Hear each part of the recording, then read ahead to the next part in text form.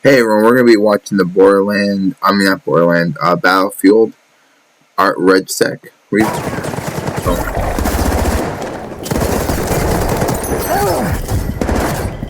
You know, something didn't quite go right when the best mode in Battlefield 6's free-to-play Battle Royale-focused spin-off Battlefield REDSEC is the one that isn't a Battle Royale at all.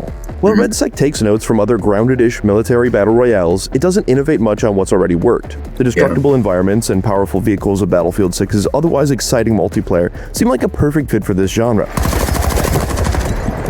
But the relatively shallow execution just hasn't hooked me the way Fortnite's cartoonish chaos and electrifying events did, nor has it separated itself from the likes of PUBG or Call of Duty Warzone. Instead, I've had way more fun when its map is used to push the boundary beyond the requisite ever-shrinking storm in the squad-based, elimination-driven gauntlet mode that cleverly fleshes out the mission structure hidden within the Battle Royale's streamlined familiarity. Okay. Very interesting. You know the drill. You and a squad mate drop onto a massive map in the rapidly blinking eye of a destructive storm. If it ain't broke, don't fix it. In REDSEC's case, you're looting blown-out shops and construction sites for anything you can find in Fort Linden, a fictional military base in Southern California. Dotted with memorable named locations like the golf course and the lighthouse, there are all kinds of high vantage points for sniping and tight corridors for scrapping. And with destructible terrain and a seemingly endless supply of artillery and airstrikes, these locations have a tendency to devolve into bombed-out rebar skeletons or collapse entirely, sometimes on top of you. This blend of different battlegrounds makes for a balanced, tense frenzy within each location, especially in matches with 4-player squads. There you go. Even the dusty roads and stark topography in between do a good job of keeping things balanced, with plenty of hills and valleys or scattered vans and small buildings offering cover from enterprising marksmen.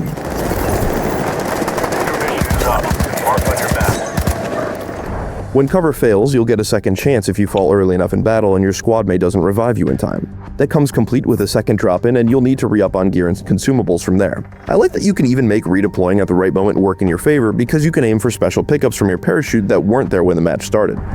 Battlefield 6's class system translates well into a battle royale, with each of the 4 classes offering something helpful. I usually stuck with the all-around assault class that specializes in assault rifles because it has the best boosts for completing REDSEC's mid-match missions, but each class shines in its own way.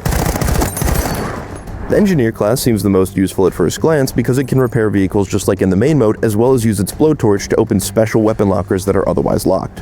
But the Support and Recon classes each offer their own benefits too, especially when you coordinate with a team.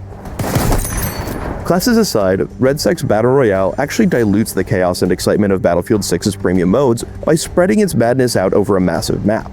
Its 100-person lobbies are only about 50% bigger than the 64 people in all-out warfare matches, but Fort Linden is definitely more than 50% bigger than your average Battlefield 6 map. This math does REDSEC no favors. Suddenly, crazy and complex sequences with collapsing buildings and vehicular showdowns lose their chaotic excitement because the open map gives you more places to run and hide. As a result, REDSEC doesn't have much to set it apart from other military battle royales. Its hardcore realism-ish nature might be part of the draw to anyone looking to avoid getting ran at by Nicki Minaj or Homer Simpson, but nobody's gonna confuse the tactical aesthetic for personality. It kind of feels like this could be any other big-budget military shooter adapted into a battle royale.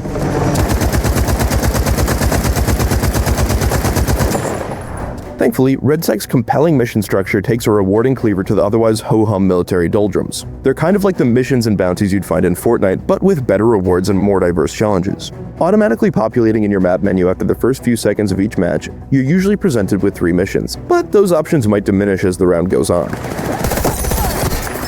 The rewards and risks of attracting others that come with each mission, on the other hand, remain consistently worthwhile and well communicated.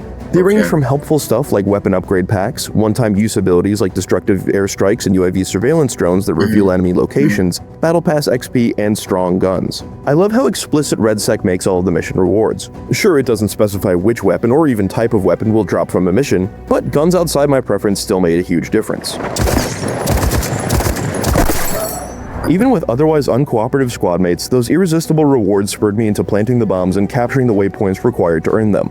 That seems to be REDSEC's secret sauce. Each in-game mission pops up like clockwork after a few seconds, only requiring a couple of button presses to reveal the next target. Hinging on classic military FPS objectives like babysitting a planted bomb or picking up an important file so you can transmit its signal back to home base, these smaller side quests add order and welcome direction to the otherwise listless pace of conquering the battlefield.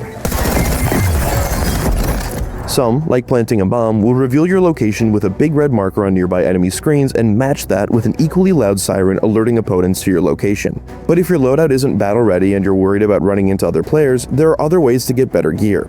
In addition to the standard looting option, weapons, armor, and other useful pickups will randomly rain from the sky. Custom weapon drops make for the most useful and desirable pickups, giving you access to one of your customized weapons from Battlefield 6's standard multiplayer mode. I like that these drops work once for each player rather than just giving one squad their trusty sniper or assault rifle, but it almost feels like a microcosmic participation trophy rather than rewarding squads who treat these drops like hard push objectives and beat out the others. Yeah. REDSEC doesn't offer enough to do in between wiping enemy squads and looting military-themed chests compared to some of its contemporaries, but the map-driven context of each mission does add spontaneity and strategy for the ways you might carry out a mission. For example, taking a bomb-setting mission when you're close to the otherwise slow and unthreatening firestorm that closes in around you might dissuade anyone from a risky diffusion that puts them right at the edge of the billowing wall of smoke. It's just like you're causing it, but... In contrast, the Gauntlet mode ditches the storm entirely as it expands each of these extra objectives into full-fledged game modes. It pits a handful of 4-player squads against each other to rack up the most points on each objective, and even adds a few extra scenarios to the mix. Totaling 8 different game types, the mode and round rotates between locations in Fort Linden, with the 2 lowest performing squads getting eliminated each time.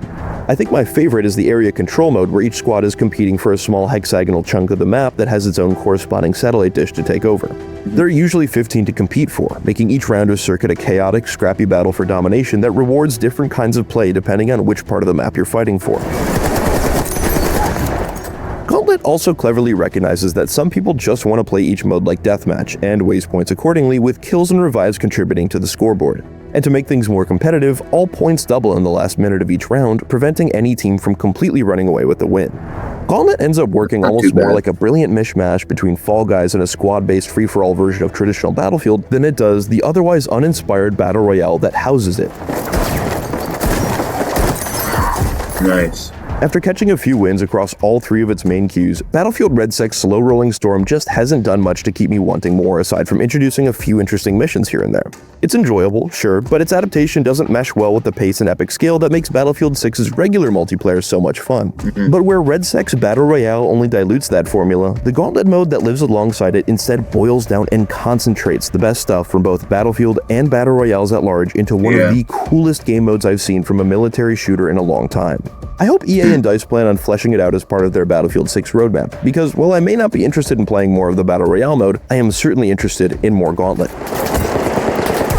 Man, I would want to play so bad. For more on Battlefield 6, check out our full reviews of the campaign and regular multiplayer. For everything else, stick with IGN. Alright, that's pretty cool. I'm really excited and happy about it as well, and yeah. Anyway, let me know what you all think in the comments below. Like, comment, share, subscribe. See you all next time. Bye.